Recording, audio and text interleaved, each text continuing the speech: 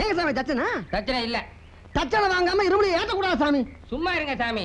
எல்லா குருசாமியும் எருமையில ஒரு தடவை, பம்பையில ஒரு தடவை, சன்னிதானத்துல ஒரு தடவை, 3 தடவை வாங்குவாங்க. அறிவோம்னு இருமுடியை தூக்கி வச்சதுல இருந்து இதுவரை 300 தடவை தச்சனை கொடுத்துட்டேன். இனிமே கொடுக்க என்கிட்ட பணம் இல்ல. எனக்கோ நீர் கடுப்பு. இருமுடியை இறக்கி வச்சா எங்க தச்சனை கேப்பீங்களோன்னு அடக்கிக்கிட்டே இருக்கேன். சாமி, ஒரு சாமி ஏத்து பேசாதீங்க சாமி. சும்மா இருங்க சாமி. நீங்க ஹோல்சேல் வியாபாரி. தச்சனை கேட்கறப்ப எடுத்து எடுத்து கொடுத்துக்கிட்டு இருப்பீங்க. இனிமே நான் தச்சனை கொடுத்தா திருட்டு ரயில்ல தான் ஊருக்கு போகணும். பணம் இல்லையா? அதை முதலே சொல்றது. இப்ப நான் பணம் கடனா தர்றேன், தச்சனை கொடுக்குறீங்க, ஊருக்கு ஊர் திரும்பி கொடுத்துறீங்க.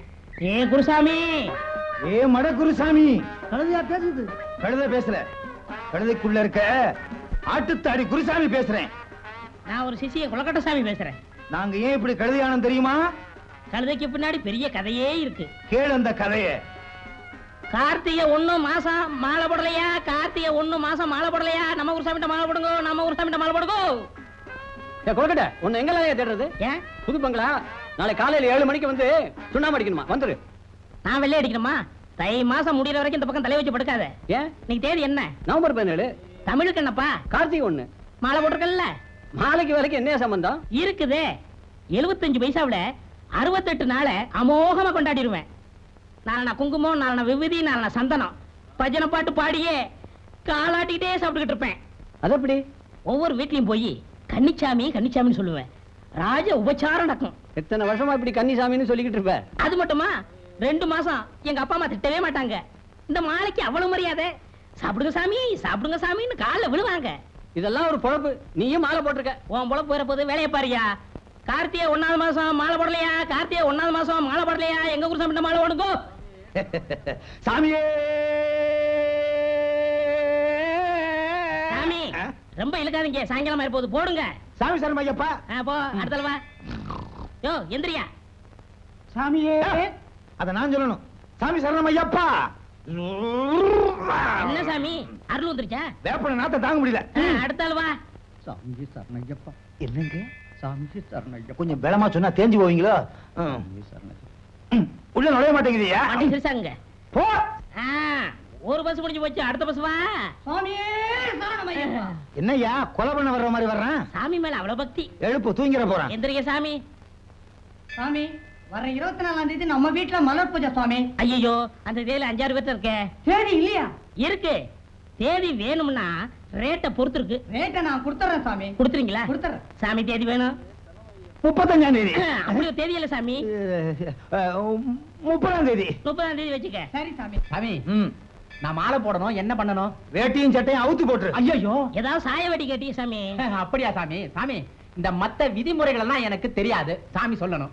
ஒரு நாளைக்கு 2 தடவை குளிக்கணும். 2 தடவையா? சாமி இப்பவே என் பொண்டாட்டி தண்ணிக்காக லோலோன்னு அலையறா சாமி. குளிக்க வேண்டாம், விட்டுரு. நீ என்ன பண்ணுவ? தண்ணி பஞ்சம். நான் ஐயப்பன் கிட்ட சொல்லிக்கிறேன். ஐயப்பா, இவர் குளிக்க வேணாம். ஐயப்பா எங்க இருக்காரு? என் ஞானக்கனுக்கு தெரியும், இந்த பூனக்கனுக்கு எல்லாம் தெரியாது. சும்மா ஐயா. 50 ரூபா அவதாரம்.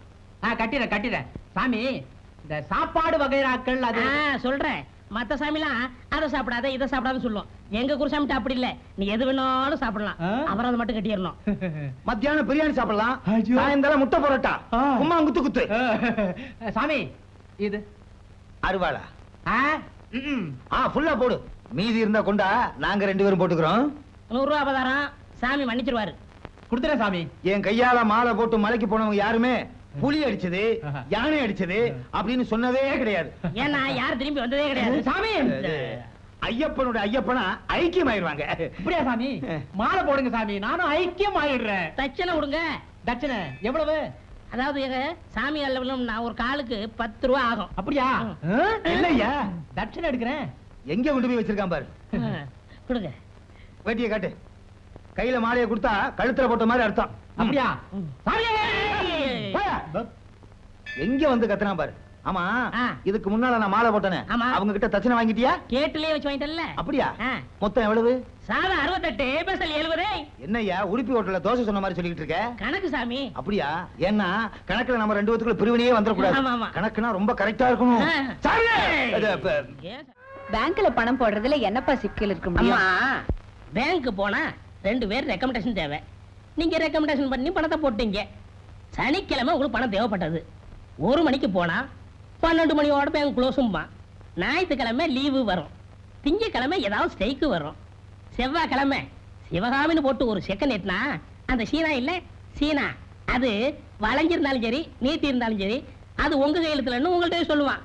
நீங்க ரெக்கமெண்டேஷன் பண்ணணும்னு நான் தேடி போனா அவன் ஏதாவது கல்யாணத்துக்கு போயிருப்பான். அவன் வர்றதுக்குள்ள உங்க பொண்ணை கட்டிக்கிற போறானே மாப்பிள வேற பொண்ணோட குடும்பம் நடத்திக்கிட்டு இருப்பான். இது உங்களுக்கு தேவையா? அப்ப இந்த பணத்தை எங்க பாதுகாக்கிறது, யாருக்கிட்ட கொடுத்து வைக்கிறது? அதுக்குன்னே ஒரு உத்தம ஊருக்குள்ள இருக்கும்போது நீங்க ஏமா கவலைப்படணும்? யாருப்பா அது? நீங்க கும்பிடுற ஆண்டவனே உங்களை விட அதிகமா கும்பிடுறவரு. யாரு எவ்வளவு பணம் கொடுத்தாலும் அது அப்படியே வச்சிருப்பாரு. கேட்ட உடனே இந்தாங்கன்னு எடுத்து கொடுத்துருவாரு. அப்படியா? ஆன்மீகத்துல உங்களுக்கு சொந்தக்காரரு, ஆண்டவனுக்கே தன்னை அர்ப்பணிச்சுக்கிட்டவரு அவர்தாம்மா ஆட்டுத்தாடி ஐயப்ப குருசாமி. அப்படியா சாமி? அவர் புட்டியில இருக்க பணம் நம்ம மட்டியில இருக்கிற மாதிரி. அவர் நெகத்தால கூட பணத்தை தீண்டவே மாட்டாரு. அப்படிப்பட்ட நம்பிக்கையானவங்க கையில தான் என் பணம் இருக்கணும் சாமி. அவர்கிட்ட கூட்டிட்டு போய் என்ன அறிமுகப்படுத்தி வைக்கிறீங்களா? ஏய், நீ தான் இந்த அம்மாவை ஆட்டுத்தாடி குருசாமிட்ட கூட்டிட்டு போய் பணத்தை கொடுக்க சொல்லி ஏமாற வச்சேன்னு ஜனங்களுக்கு தெரிஞ்சது அப்புறம் நாயடி போயடிதான். என்ன சாமி யோசிக்கிறீங்க? ஒண்ணும் இல்ல, நல்ல காரியம் இல்லையா?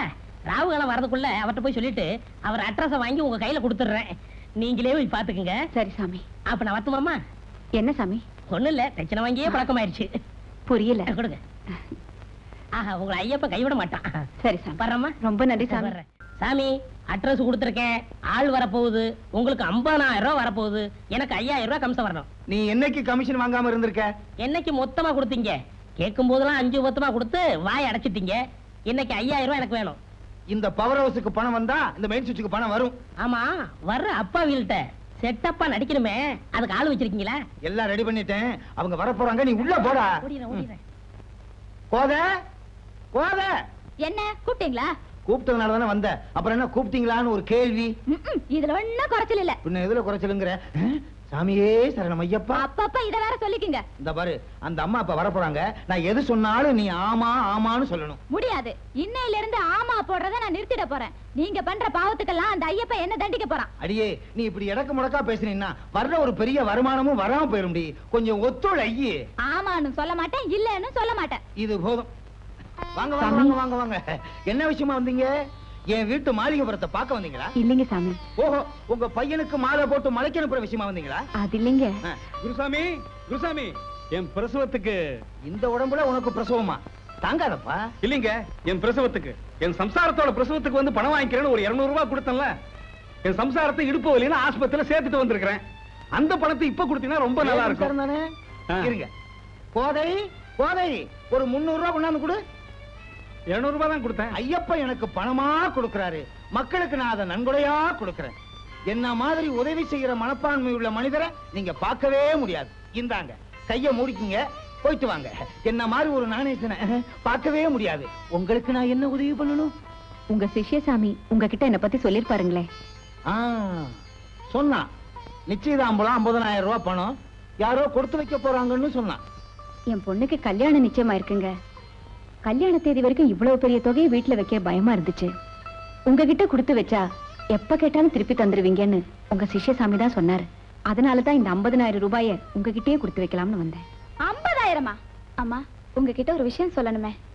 காரியத்தை கெடுத்துறாத. தாராளமா கொடுத்துட்டு போங்க. இதே மாதிரிதான் எல்லாரும் என்கிட்ட பணத்தை கொடுத்துட்டு போவாங்க. அவங்களுக்கு தேவையான நேரத்துல திருப்பி வாங்கிட்டு போவாங்க. ஐயப்பங்கிட்ட கொடுக்கறதா நினைச்சு என்கிட்ட கொடுத்துட்டு போங்க.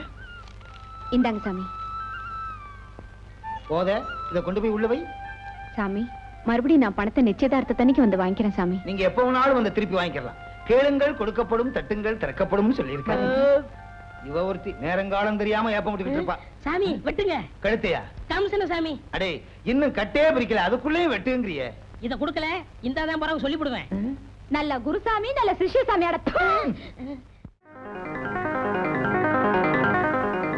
குருசாமி, வாங்க வாங்க வாங்க வாங்க. அர்ச்சகரே,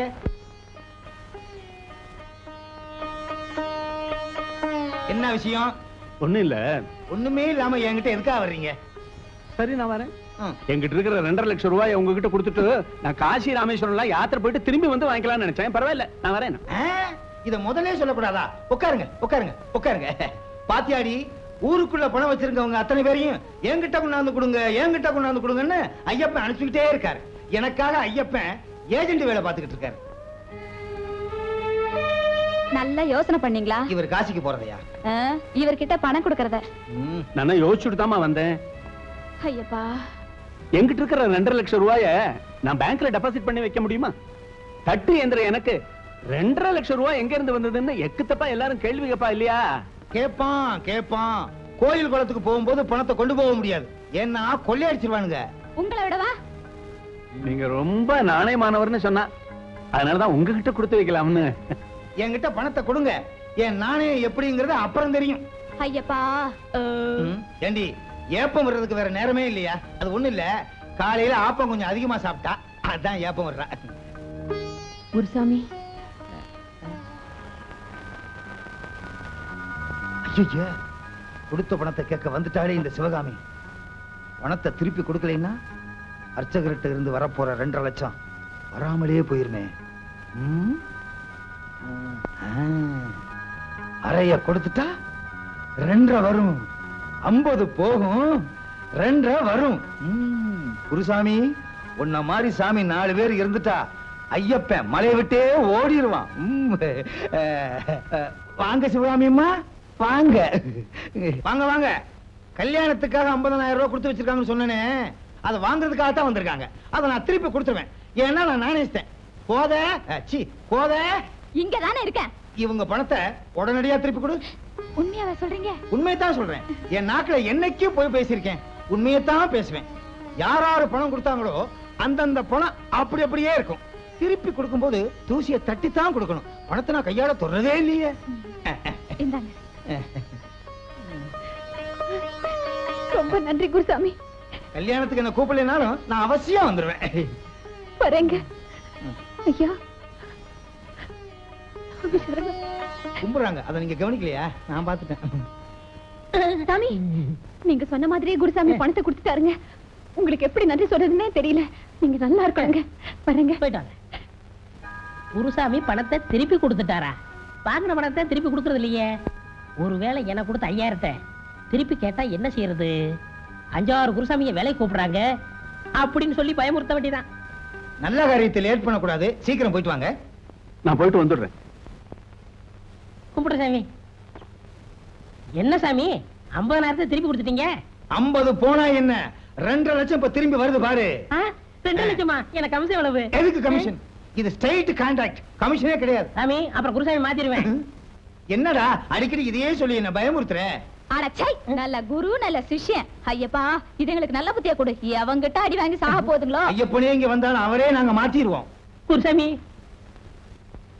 குருசாமி யார் ஏமாந்தது? இப்ப வந்துட்டு போனாரு அவர்தான். என்னடா சிரிப்பு? ஏன் சிரிக்கிற?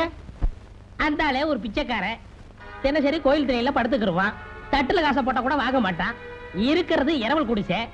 நீங்க நல்லா ஏமாந்துட்டீங்க சாமி. நான் ஏமாந்துட்டேனா? அப்படின்னா ஏமாத்துனது யாரு?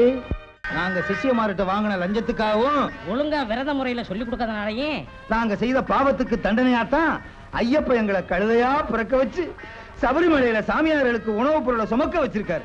எங்களுக்காக திங்கிறதுக்கு பேப்பர் கிடைச்சது. நீங்க அதுவும் இல்லாம அலைவீங்க. வாங்க மாட்டேன் சாமி, வாங்கவே மாட்டேன் சாமி. உங்ககிட்ட வாங்கின எல்லா தட்டையும் திருப்பி கொடுத்துறேன் சாமி.